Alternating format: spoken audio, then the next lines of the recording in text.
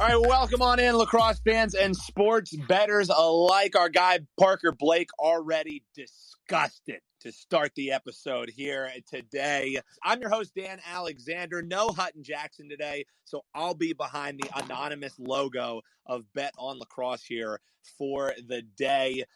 During our live Twitter spaces, you ever want to hop in, just hit that request to speak button, and we'll get you in here right away. We would love to hear from you. We only got a 3-team dais today, a 3-person caucus here, so we're gonna have ample time if you guys want to jump in, give some of your thoughts. We would love to hear from you. Again, I'm Dan Alexander. I'm joined by my Pro Lacrosse Talk guys and Bet On Lacrosse contributors Brian Andrews and Parker Blake. I know my guy Brian's on the road right now, so he'll be joining us a little bit later and hopping in with any of his thoughts that he has for the slate here this weekend, and we'll also talk some NLL Finals recap.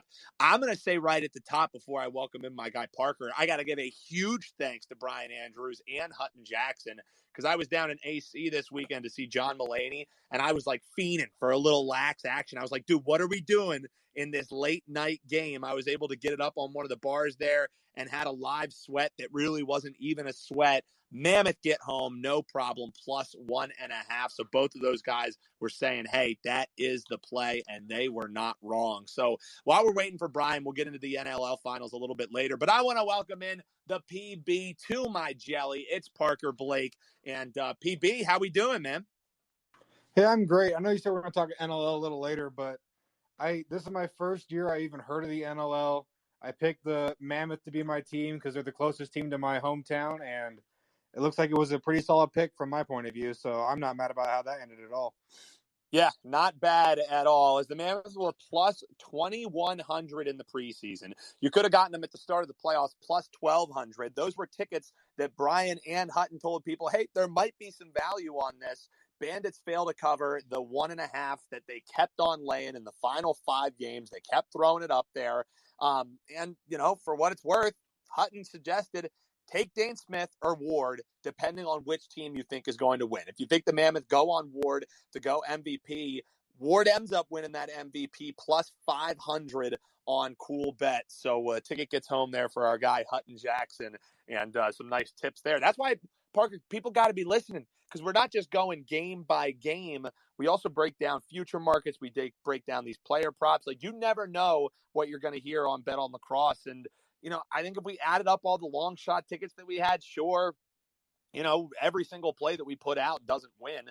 Anybody who tells you that every play they're putting out is going to win, I also have a bridge that I want to sell you, because it doesn't happen. There is no person in the world that hits 100% of their bets. Some of the best people in the world are struggling to hit 60% of their bets. So if somebody's telling you they got a lock, start running the other way. But Parker, I mean, if we add up all the plus money plays like that +2,100, we're sitting pretty with a nice Chrome ticket that we might be able to hedge out of. Like, there's no way that we as a squad, even with up and down weeks, that we're not hitting at like a profitable rate, because a +2,100 ticket changes your entire bankroll for the year. You know what I mean, man?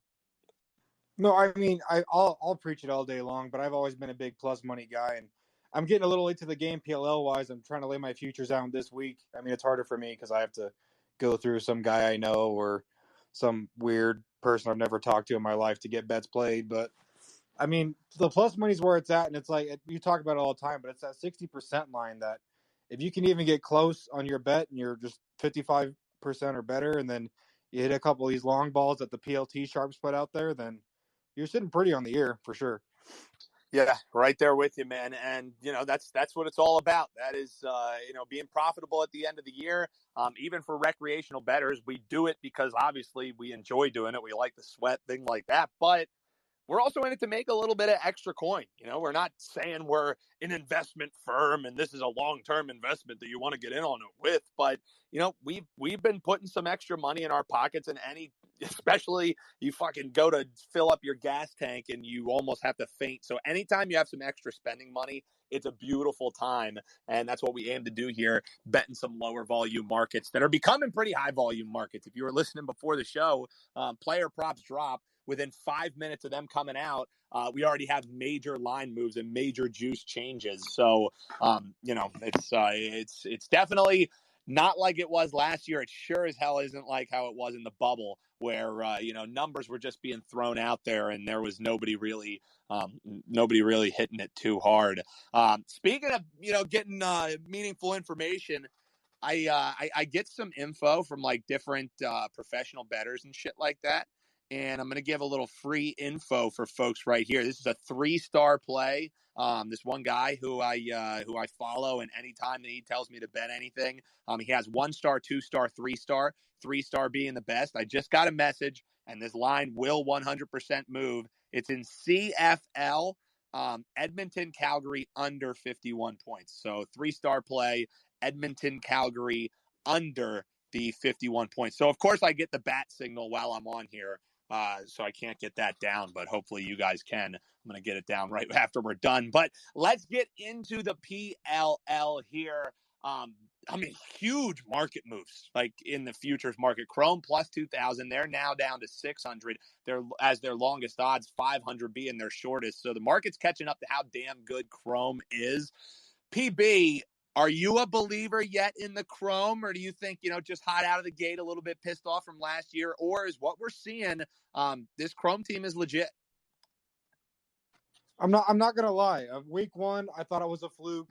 Week 2, I was like, oh, they're just feeling good from week 1. But I mean, you can't perform that well through 3 weeks and not have something going your way. And I like what the Chrome got going. I'm a big fan of their goalie. I mean, I'm kind of all in on the Chrome, especially being a Redwoods fan.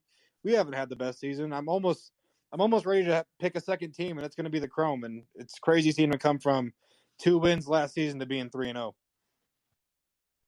Yeah, and I think they're using a lot of that motivation, plus the fact that their offense is just really just well thought out the way that they do things. I think Dylan Malloy, huge boost to that offense as a facilitator, as a finisher, and the fact that you just get to Wharton plays on a possession basis. Some pretty damn amazing stuff. We'll talk about the Chrome a little bit later because we're going to go in sequential order here. Let's start off with this Whip Snakes Redwoods game. Whips are 1.5-point favorites taking on the Redwoods. Total in this one, 22.5.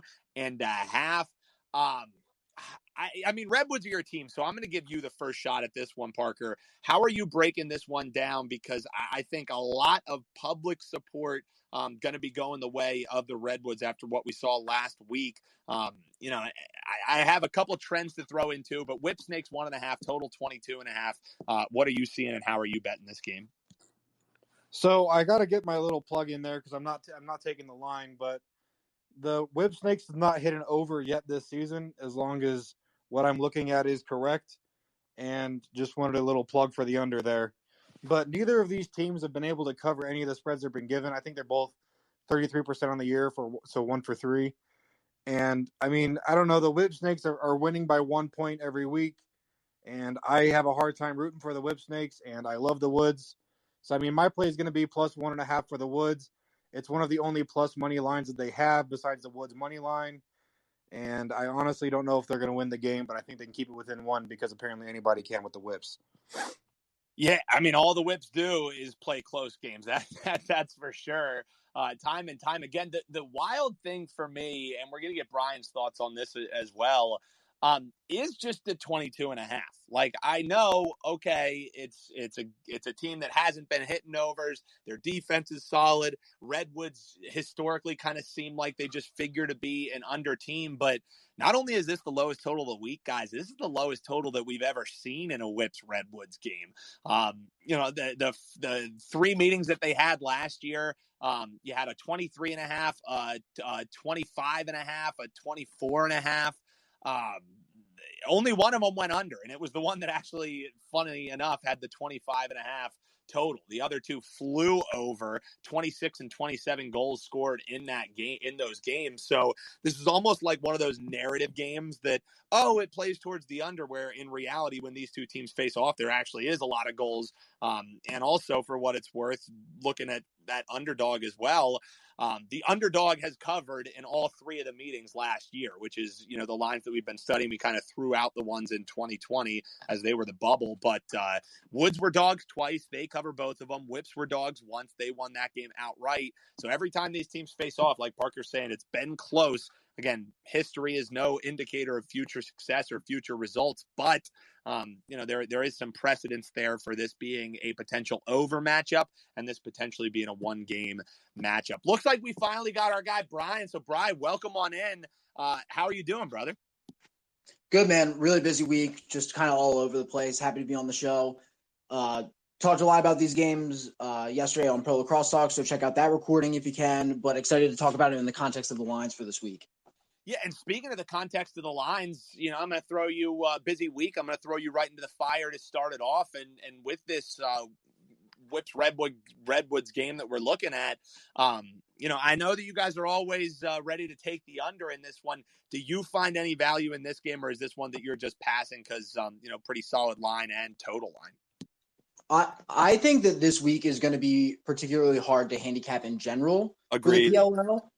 And I think this game is very exemplary of that. I think Parker did a really good job of outlining how the Whips kind of allow teams to hang on and give them a little bit of hope, but still win in the end regardless. And that, bodes well for the plus 1.5 for the Woods. But there are a lot of things to consider with respect to how the Whips are playing this year and how the Woods Whips matchup has happened historically, as you were describing, Dan. A lot of the Redwoods players aren't playing the same way that they were last year. Miles Jones was having like an MVP year, and this year he's kind of not up to that standard so far that we've seen. I feel like the Woods have a lot to prove to me to show that they can go head-to-head with the Whips, who just showed last week that they could really shut down a high-octane Atlas offense. And the Whips could, not confirmed yet, but Zeddy Ballgame could be coming back this week. We don't know that yet. And I don't think the Woods showing that they could beat the Chaos is indicative of their ability to perform against the Whip Snakes. So I think this game could be unpredictably high scoring as well. And I have a really hard time in general handicapping this game. I think there are a lot of variables, and I think the Woods need to prove a lot. So personally, I'm totally staying away from this game, total or otherwise. One thing I do want to throw out there, just as we're on the topic of trends, 22.5 is typically the lowest line that we see in the PLL lately. I don't think it usually gets lower than 22.5. And so that does lean it towards the over.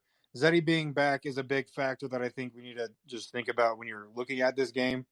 But even like you were saying last year, in their previous matchups, and it's not an indicator, but it is something to just keep note of. It's always been close. The Whips, almost all the Whips games are close, and that's why I think this is a really hard one to handicap, just like you said, and I would recommend staying away from it. But if you're going to get in it, try and get those plus money lines, just because that's what I do, and everything else is pretty juicy except the total. Yeah. Go ahead, Brian. I think the one thing that we can't underestimate is the Whips defense. Like we saw the Chrome hold the Woods to 3 goals, which is kind of unprecedented in professional lacrosse in general. And I think if the Woods can't do the one thing that they need to do to beat the Whips, which is beat their matchups, because they don't have a lot of off-ball play. And since their off-ball play is not what they're known for, the Whips have one less variable to shut down against that offense. So if the Whips come out and really shut down their matchups, I don't see how the Woods are really going to score, particularly because they don't generate transition. So for all those reasons, I could see it going under, unless, Miles Jones shows up or Jules gets shifted down to attack. Like there's just too many things that I think the Woods need to address that convince me that they'll be able to stay in this game and maybe push the over. But it could happen. I don't know enough to be able to pick a side, essentially. Yeah, it's a sheer pass for me either way. I lean to that over just because historically, but you make the good points about the ball dominant guys. The one play that I would probably have, and I had egg on my face taking this earlier in the season, I think the Redwoods really need to start leaning on Jules Henenberg a little bit more. So I would lean towards, and potentially I'm probably going to be placing myself over that 2.5 on his point total. Just because I think they learned last week when the offense runs through Henenberg, good things happen. And if there's one guy who, can at least initiate that dodge and do some things off of it, as opposed to just trying to fucking go through like a bull moose, like what Miles Jones does, really doesn't look to facilitate off of it, always looking to shoot off the dodge. Jules Henenberg, adds a little bit different of an element. So that's why I would probably be looking towards over his 2.5 if I was to play anything in this game. But I think there's some better options out there. Let's get into this Chaos Water Dogs game. And it's going to be quick for me, guys, because I ain't betting this thing with your money until I know who the hell's going to be playing. Chaos are 1.5-point favorites. Totals 23.5 in this one. But the bigger question, Brian, is who's going to be in? Is Ward in cage? Is Sowers back? Who's taking faceoffs for the Water Dogs? And then, oh yeah, the whole entire cavalry is supposed to be back for Chaos. So until I know who's going to be in this game, I can't bet it. I think if you really have a good vibe, maybe try and get in and beat the news. But that news could blow up in your face like a Lyle Thompson being announced out did to some people who had the Cannons the other week getting a 2.5 against Atlas. So I can't bet this game in good faith. What are you thinking, Brian? Do you find any value, or are you kind of waiting on this as well? I don't really see any value in this matchup. And we also don't know. The NLL season is weirdly long for lacrosse as we know it, as field guys where we all come from.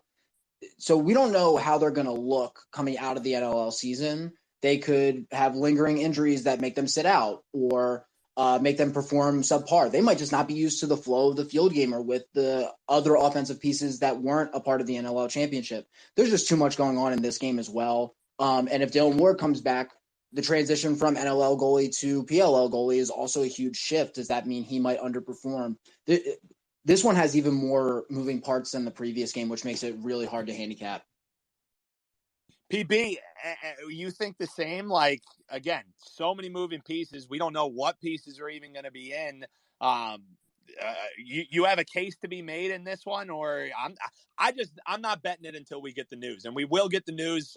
Probably Wednesday afternoon is usually when the reports start coming out for injuries and things like that. So I'm at least holding off to them. But again, like Brian said at the top, I just think this is a really tough week to bet in the PLL.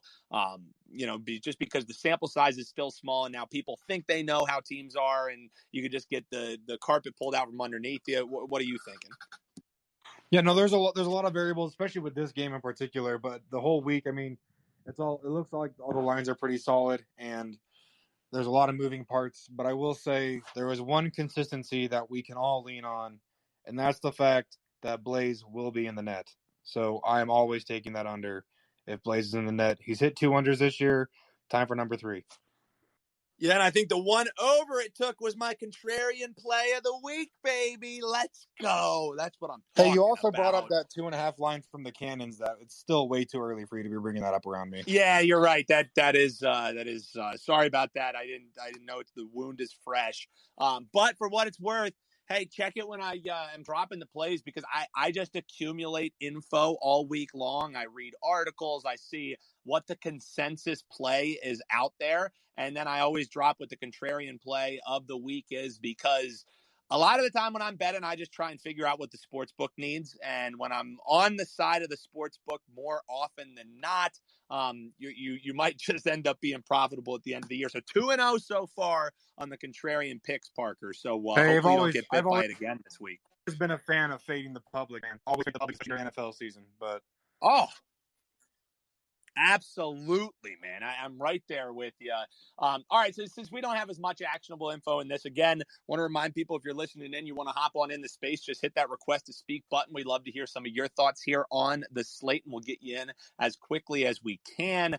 Atlas are 1.5-point favorites. Oh, I'm skipping over a game. We'll go Chrome, Cannons. Sorry about that. Chrome 1.5-point favorites against Cannons. Total in this one, 24.5.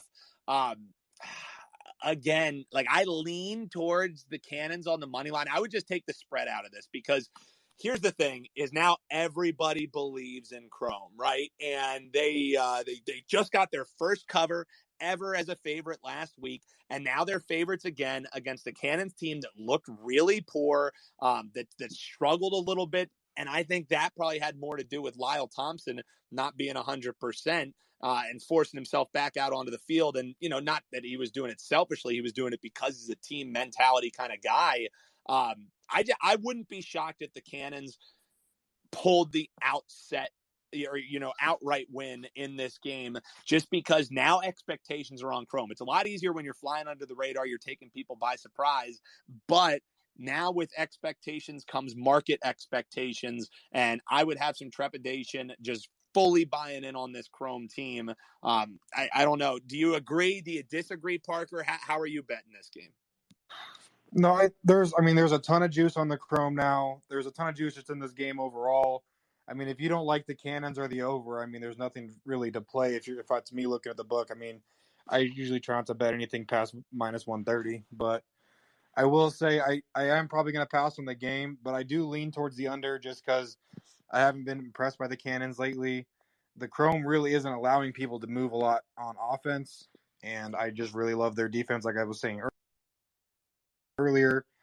I think they got a great goalie. I think they're I don't know. I just feel like they're going to have control of most of the game, and they're not going to let it go too far. And the Cannons scoring 8 and not doing much last week are kind of, I don't know, not feeling the over for sure. Brian, we're all just fucking leaning here. We're like weebles wobbles, but we won't fall down. Like, do you got to play in this game, or is it just another lean fest? I'm laying the points with the Chrome, man. I'm super high on this team. I don't care about the juice. They've looked dominant through the first 3 weeks of the season. The Cannons look like a mess. Stephen Kelly was probably one of the only people. I think Bubba Fairman also had a really good game. But like Stephen Kelly had a great day at the stripe. But what that number doesn't tell you is that they turned the ball over almost every time they had a great faceoff win. And when you have 21 turnovers the week prior, and then you have to go up against the Chrome defense, which is one of the better defenses in the league right now, and also presses out, if you have like a semi-injured Lyle Thompson, you're turning the ball over between the arcs. Your defense is in scrambles in transition, and Morocco's not making a million saves like he did in week 1. I just cannot see how they're going to keep up with this Chrome team. They have so many mistakes to fix in 1 week, and I just don't see how they put it together when the Chrome team just seems so great right now. I don't think Stephen Kelly's going to have as good of a day against Connor Farrell. Eli Salama on the wing has been performing above what I expected him to do for this season. So credit to him, because I doubted him before the season began that he could be the number 1 pole. He's playing out of his mind. I don't see where the weakness that Chrome has is addressed by how the Cannons are playing right now. So I'm laying the points with the Chrome. I don't care about the juice. They're winning, and they're winning by multiple goals. They're not, besides the Archers game, they're not letting it stay close, but the Archers have already proven they're a tough team. I don't think Cannons are in that tier. -1.5 Chrome, -145. I don't even care. So the only thing for me in this one is like the Chrome. How impressed are we by the Chrome's win like last week? Like, are you guys like, oh my God, that's amazing because they were up and then they were down and then they came back? Like, that to me was more the water dogs like shit in the bed than like, oh my God, look at how resilient Chrome is. So, I get what you're saying. And I had a huge buy sign on Chrome coming into this year. So maybe I'm just trying to like walk back my love for them now that our ticket on them to win the title is looking so damn sweet. But I don't know. 3 weeks does not a full confidence build for me. And I always just think about teams that maybe need it a little bit more, like Chrome. They just got this cardiac win that they just had, and now they're feeling, really great. And is there a little bit of a letdown spot against a team that they might look at as well and say, well, dude, I mean, we just came back. We're 3-0. We've rolled teams that, have historically been beaten up on us. I worry about the letdown spot because it eventually will come for Chrome. I don't know if it'll be this week, but there will be one of those spots where they're looking past the team. And with All-Star Weekend looming, and a pretty tough test that they'll have coming next week, I fear that this might be one of those like look ahead spots, and maybe that's where my trepidation is from. So, what do you guys think about that? I just don't know with the Cannons after just getting decimated last week and then not having the best outing against the Atlas. It's just feels almost like make or break for them. I know it's only week 4, but like, are they just going to roll over and let the Chrome roll through them now? And I feel like the Chrome's kind of riding high, being 3-0. But like you said, I don't think 3 weeks can repent for a 2-win season. I don't care how good they look coming out. So I don't hate the dog play here, but I just don't know if the Cannons have it in them. Yeah, and just to bolster that point, the Cannons are letting up like a league high average around 15 goals a game. They're letting up. Their goals against average is 15. And the Chrome attack alone combined for 33 points, equally distributed amongst Malloy, Wisnauskas, and Nick Turn. And when their starting offensive trio at the attack is so versatile that the Tuarton winner and a former Tuarton winner and then Nick Turn are all performing at that level. I don't see how the Cannons, as they are currently, are going to stop them. I can't imagine it. Like the Chrome would have to come out and treat it like they would a trap game, which no team should be treating any game that way this early in the season. So we'll see. We got a little crossfire. Again, it's a pass for me. Like I think if I were to bet Cannons in this game, I wouldn't bet the 1.5 because it's either Chrome is going to blow them out or Cannons pull an upset. Like I don't think that this is going to be a game where the spread comes into play. So I think, the look towards Chrome 1.5, if I were to bet Chrome, that would be the only way to do it. I think if you're betting Cannons, you might as well take the better plus money odds because if they cover this game, I think the Cannons win this game is the way that I would attack it. But I don't think that they will. I fear that letdown spot potentially coming, but some good points there by Brian, definitely having me walk it back a little bit. Let's get into the last game here, guys. Archers and Atlas. Atlas 1.5 point favorites. Total in this one, you can shop around. If you like the under, you can find a 25.5. If you like the over, you can find a 24.5. Always get the best price. Yes, a 1.5 point matters. All these people just want to, what does the juice make a difference? The juice and the half points make the difference from being a profitable bettor at the end of the year and losing money at the end of the year. So yes, it matters. If you do not have more than one sports book and it's available to you, you're not serious about winning. You don't care about winning long term. That's the one thing that you need to do if you're trying to be a profitable sports bettor is have multiple outs for situations just like this. I'm going to go your way on this one, Brian. I'm wondering, how are you betting this game? Highest total that we've seen so far this year at 25.5, but it's hard to make a case for an under. I know you guys always look to do that with these two offenses, especially with what we saw from Archers last week. 20 goals put up, 17 the week prior, and even a week that they struggled, I put in air quotes, they still scored double digits. They got to 10. So how are you betting this game? Because I know our guy Hutton Jackson is all Atlased up. Yeah, I don't know if I'd lay the points with the Atlas in this one, and the high total is well deserved from both teams, and that makes it really tough to play the total. I'm an Atlas fan, so I don't want to bet a side either. So the only thing I'm really looking at is the total, and I want to take the over because I think that this is going to be a high flying matchup. I think that the Archers are going to show Concannon a lot of outside shots off of feeds from someone who beats their matchup and draws a slide. Will Manny is going to be sitting, or Marcus Holman is going to be sitting on the backside on the other end of a pass from Schreiber or something. And we all know Concannon suffers a little bit more from outside shots. So I think the over may fall on the performance of Gittleman in the Archers defense. And the Archers defense has been pretty steady. So I think the 25.5 line is really, really sharp from the books. I think it's really hard to say either way. And I think that this one is going to, whatever side you fall on, I think it's going to win or lose by the hook. So I might just stay away from this one entirely, but I lean over. I completely agree. And same thing with the total. I think this is going to land, like, if you want a good sweat this weekend, either bet the under or bet the over in this game, because I think it's a really good line that's going to land within a point and a half of that 25.5 that's posted on DraftKings. Parker, how are you betting this game, man? I'm avoiding that total 100%, but I will say I ran it through my model this week, just predicting the games, and it's 24.5 on Caesars and the total line, and my machine has over 24.5. So this is going to be quite the interesting game. But I mean, if you can get on that 24.5 line, I almost would play that. But I'm leaning more Archers taking the points. Taking the points with the Archers. It is a little juicy, so I'm not going to play it myself.